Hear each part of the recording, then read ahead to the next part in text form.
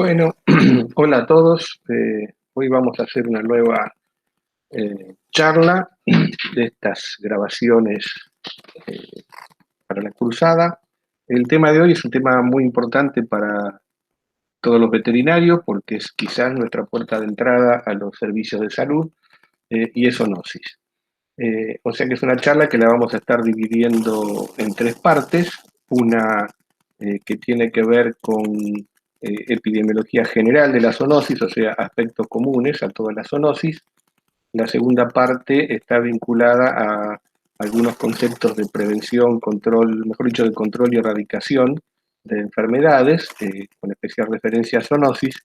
Y una tercera parte que está vinculado a dar algunos ejemplos prácticos de estrategias de control en algunas zoonosis específicas, como para visualizar de alguna forma cuáles son las cosas concretas que hacemos normalmente en veterinaria. Así que primero entonces vamos a compartir la pantalla, si todo funciona bien. Vamos a presentar un PowerPoint desde el comienzo. Así que el tema de hoy es vigilancia y control de zoonosis. Entonces creo que la primera cosa que tenemos que decir cuando hablamos de zoonosis como término general es que son enfermedades transmitidas naturalmente entre animales y el hombre. Esto es el concepto central. Eh, Luego podemos entrar en muchas otras definiciones más puntuales, más específicas, con mayor aproximación epidemiológica, pero creo que lo más importante entender es que son enfermedades que se transmiten entre los animales y el hombre. Y son de las enfermedades históricamente más conocidas, en tanto casi todas las religiones incluyen a la zoonosis dentro de sus normas de prevención. Aquí hemos citado, por ejemplo, el Éxodo en la Biblia, el Talmud de los judíos, que hablan de pestes que afectan a los animales y al hombre. Recordemos, como siempre digo, que triquinosis, mejor dicho, la prohibición de comer carne de cerdo en algunas religiones, se debe a la triquinosis, a la cual no conocían obviamente, pero sí conocían que la ingestión de carne de cerdo generaba en muchas ocasiones luego una enfermedad. Así que eso tan importante es la zoonosis que han sentado bases y pautas religiosas. El término zoonosis lo acuñó Virchow en 1855. Desde ahí conocemos este término zoonosis y la definición actual de la Organización Mundial de la Salud es de enfermedades e infecciones cuyos agentes se transmiten naturalmente entre animales vertebrados y el hombre. Pero recordemos siempre enfermedades transmitidas naturalmente entre los animales y el hombre. Quizás el concepto epidemiológico más importante cuando hablamos de zoonosis es su vinculación desde un punto de vista estructural en lo colectivo. Cuando hablamos de zoonosis, generalmente no hablamos de un caso individual, no nos interesa en términos epidemiológicos el caso individual, sino que hablamos de salud colectiva y en términos veterinarios hablamos de la manada. Y por lo tanto también hay una diferencia en la forma de encararlo, ¿no? Cuando hablamos de enfermedad en términos individuales, por ejemplo, el hombre, el objetivo siempre es restituir la salud a una persona enferma. En cambio, cuando como veterinarios trabajamos en control de zoonosis, nuestra función principal es trabajar sobre los animales para cortar el ciclo de transmisión a los humanos. O sea, hay esta diferencia importante entre la salud individual y la salud colectiva. Por eso siempre decimos que los veterinarios son bastante buenos en epidemiología y en este tipo de cosas, porque nuestra formación innata, aunque no sea específica para zoonosis, tiene que ver con el análisis de lo que ocurre al rebaño.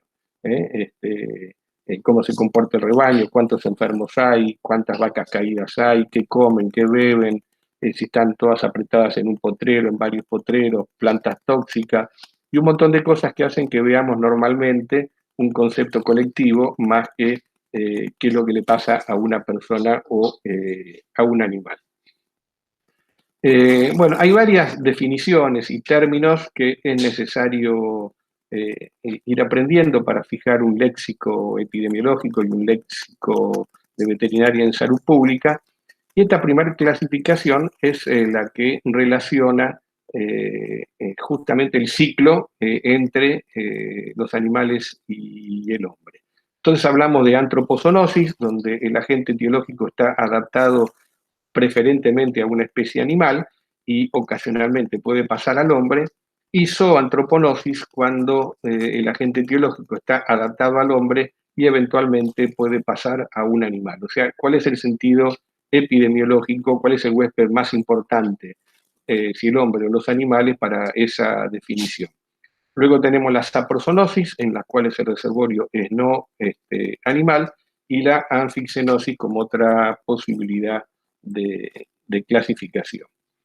Obviamente, la zoonosis la podemos clasificar de acuerdo al agente etiológico, causada por virus, bacterias, hongos, parásitos, con ejemplos muy conocidos para cada uno de ellos: la rabia para virus o la encefalitis equina para virus, las bacterias como brucelosis, shigellosis, Escherichia coli como representantes muy importantes, las parasitosis, en la cual hablamos de equinococosis quística, por ejemplo, también de toxocariasis, transmitida desde el perro, la oncocercosis en el África, etc. Y finalmente, transmitidas por hongos, que generalmente son micosis, que en algunos casos pueden ser de gravedad.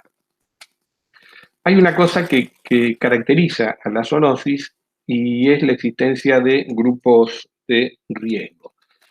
O sea, las zoonosis generalmente no afectan a todas las poblaciones por igual, sino que hay determinados grupos específicamente que, por su contacto con los animales o su trabajo, tienen más posibilidades de enfermarse. Obviamente, los ganaderos, agricultores y ganaderos, que trabajan con bovinos, con porcinos, con novinos, los manufactureros de productos animales, quienes trabajan el cuero, quienes trabajan vísceras, trabajadores de frigorífico, silvicultura y campo, o sea, quienes están trabajando en áreas rurales y en áreas boscosas, tienen muchas posibilidades de contagio, por ejemplo, con zoonosis transmitidas por roedores, como fiebre hemorrágica argentina o síndrome pulmonar por hantavirus.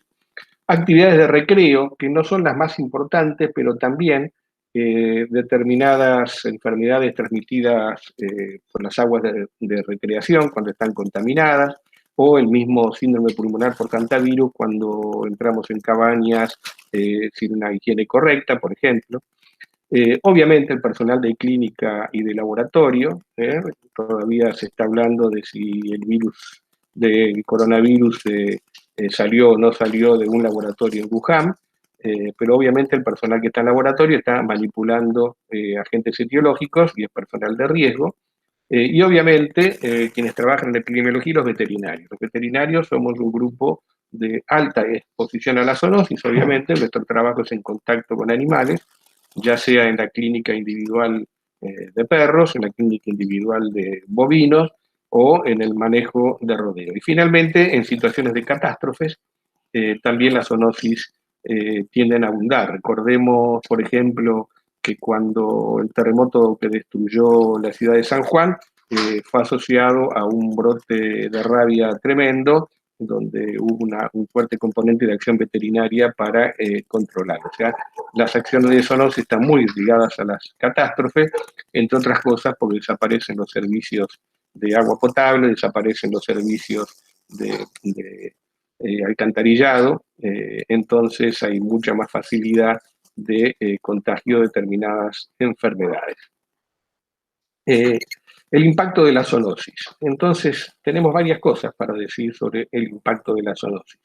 En primer lugar, las directas sobre las personas, que incluyen pérdidas de salud e incapacidad en el hombre, o sea, los costos de atención médica y los costos de recuperación de la salud, que pueden ser en algunas patologías muy elevados. En equinococosis quística, hace unos años, cuando se operaban casos con quistes muy grandes, que tenían 30 días de internación promedio, los costos de atención médica son realmente terribles para el sistema de salud. Hoy día podríamos hablar de algo, de muchas de estas enfermedades, los costos que está teniendo coronavirus para los países, ni hablar, los costos de síndrome pulmonar por hantavirus, que requiere terapia intensiva, en fin, son extremadamente elevados. Luego tenemos las pérdidas a la producción animal, obviamente, sobre todo, tanto sea por menor producción de carne, leche, o por decomisos en el momento de la faena. Triquina puede llegar a producir o la destrucción total de un criadero de cerdo ante la aparición de cerdos infectados por triquinosis, y realmente es una pérdida total del capital para la persona. Y obviamente disminución de la calidad y cantidad de alimentos, esto es ya sea por menor producción de las materias primas o por decomisos. Y restricciones al turismo, es otro impacto muy fuerte. Podríamos citar, por ejemplo, que el turismo en Bariloche desapareció por síndrome pulmonar por hantavirus durante casi 2 años, en Bolsón incluyendo más. Nadie quería pisar la cordillera cuando apareció esto, y lo mismo le pasó a la zona del Hoyo en Chubut en el último brote hace un par de años. Y ni hablemos de lo que está ocurriendo ahora con coronavirus, que ha hecho desaparecer el turismo en el mundo, aunque no sea una zoonosis en su actual formato de transmisión, pero su origen es de una zoonosis, ya que es una enfermedad que arranca con animales silvestres.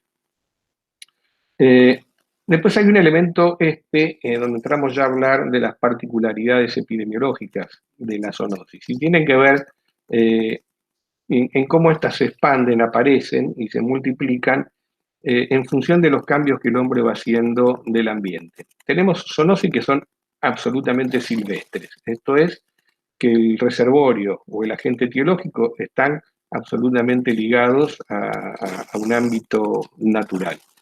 Tenemos zoonosis que están ligadas al ámbito rural productivo.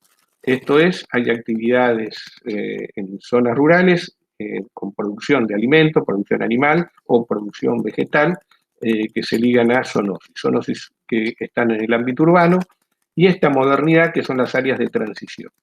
¿Qué quiere decir esto? Un ámbito silvestre tradicional sería síndrome pulmonar por hantavirus. Es un roedor que vive en el bosque, en zonas arbustivas, y que por lo tanto es una zoonosis silvestre. Pero el avance del hombre sobre las áreas silvestres hace que tengamos áreas de transición donde coexiste un área natural con viviendas ya muy cercanas. Quien conoce Bariloche y observa todo lo que son los kilómetros hacia arriba, van a ver las mejores viviendas, pero también grandes mosquetales en el medio, o sea que estamos en un ámbito de transición, porque estamos en un ámbito silvestre que el hombre ha invadido, y por lo tanto las zoonosis allí tienen un fuerte desarrollo por este contacto entre el hombre y especies que antes no tenían contacto con el hombre. Lo mismo nos pasa con el ámbito rural productivo. Podríamos hablar de fiebre hemorrágica argentina, pero también podríamos hablar de brucelosis transmitida por cabras o brucelosis transmitida por bovinos. Y finalmente las de ámbito urbano, que son zoonosis que se desarrollan en las ciudades, muchas de esas transmitidas también por roedores. Podemos hablar de las palomas como fuertes desarrolladoras de enfermedades, histoplasmosis, chagas, que lo vamos a tener tanto en áreas silvestres como en áreas rurales productivas, en áreas de transición y en ámbito urbano. Las bichucas pueden urbanizarse y las podemos encontrar en ciudades. Sería una zoonosis transmitida por vectores que se ubica prácticamente en todos los ámbitos de producción. Hay otro concepto epidemiológico central, que es el de focos. Entonces, las zoonosis habitualmente no abarcan la totalidad del territorio, sino que están limitadas a determinados lugares, a los cuales denominados focos endémicos. Los primarios son los naturales. ¿Cuál es el ámbito en el cual esa zoonosis aparece? Podríamos hablar de equinococosis quística, que es un foco endémico primario. Su foco natural es el área rural donde hay producción ovina y hay perros para el manejo de la producción ovina. Entonces, el foco endémico primario es ese. Allí es donde está la enfermedad, y las personas de riesgo son las que viven y trabajan con esos ovinos y con esos perros.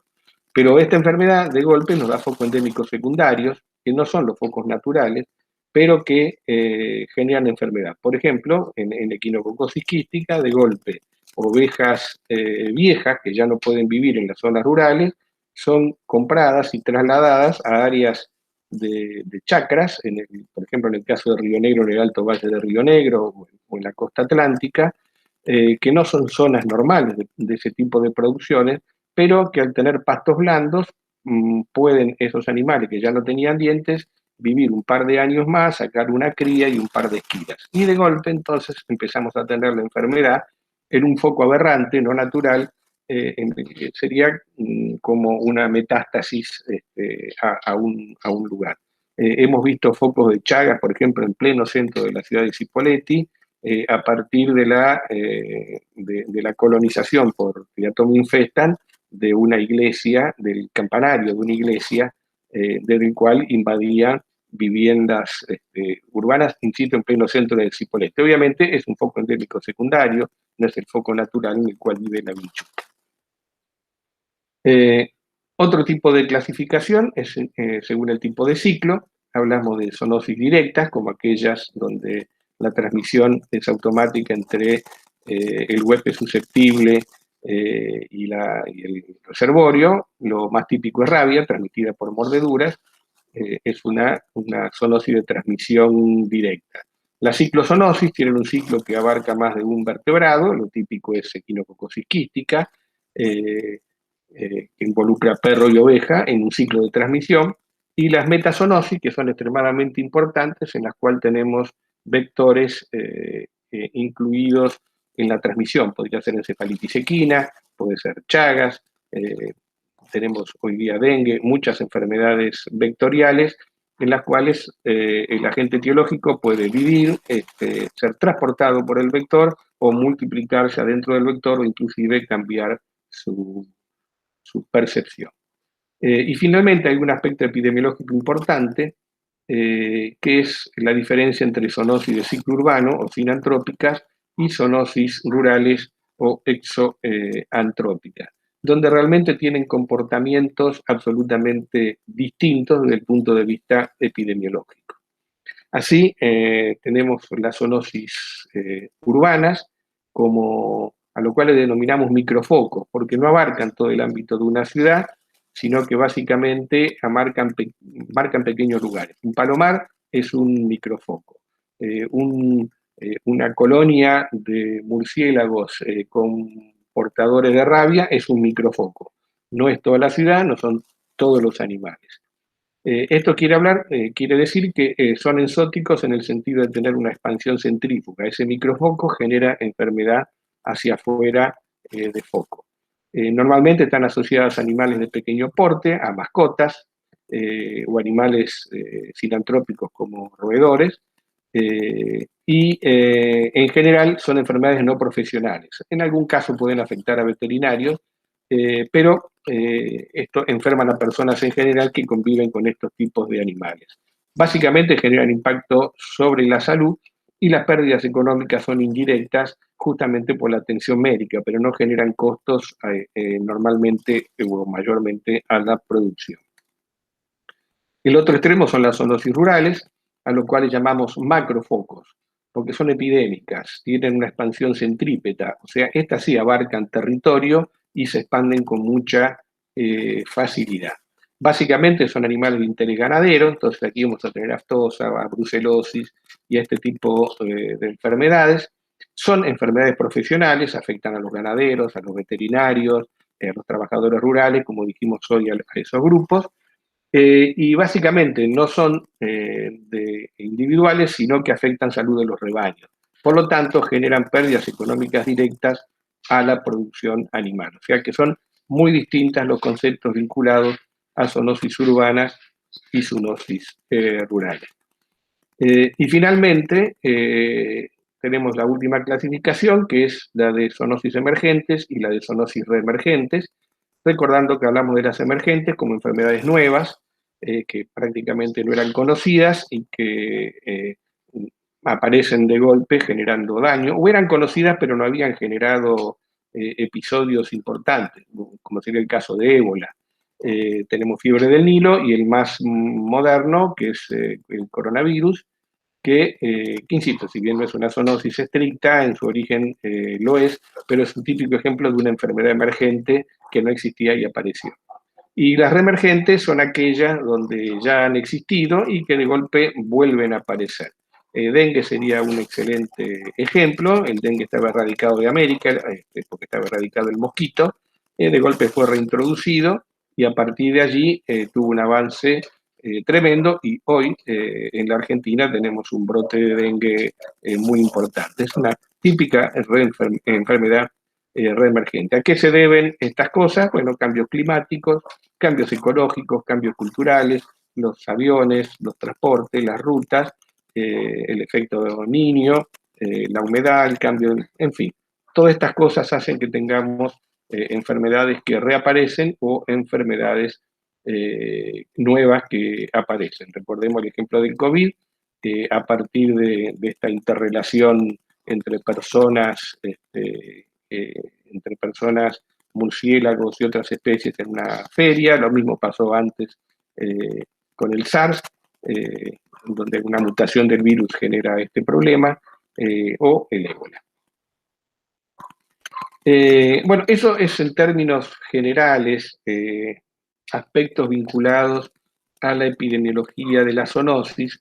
Aquí yo puse esto está bastante interesante desde el punto de vista solamente de las zoonosis parasitarias. Está armado por el Imperial College, que se hizo famoso en los últimos años, siempre fue famoso en el ambiente, pero se hizo famoso para el público en general porque fueron los que hicieron la primera proyección de cómo iba a funcionar la expansión del coronavirus. Y aquí lo que tenemos en la columna de la izquierda son enfermedades parasitarias y el número de casos, esto es para el año 2013, y en la columna de la derecha si están en aumento o en disminución en el mundo. Entonces ahí tenemos desde las cariasis, los trichuriasis, la esquistosomiasis, el dengue. Fíjense el dengue con un aumento del 610% en el número de casos, una enfermedad en expansión. Otras enfermedades que están siendo controladas, como la oncocercosis en África, con una disminución del 30%, sería el otro extremo. La hidatidosis y la cisticercosis, que tienen tendencia a disminuir y que obviamente no tienen el impacto en el número de casos que tienen estas otras enfermedades, algunas de estas otras enfermedades. Así que aquí tenemos una buena aproximación a determinadas enfermedades. El aumento de la leishmania, podemos ver ahí un 35%, como algunas de estas enfermedades están en expansión, mientras que otras de estas zoonosis hay mejoras en sus aspectos vinculados a control. Así que aquí vamos a terminar esta primer parte de la charla para que no sea muy aburrida y ni muy larga, así que suspendemos acá. Vamos a volver, a la pantalla principal. Hacemos unos minutos de descanso antes de seguir con la segunda parte, que va a ser sobre estrategias de prevención y control.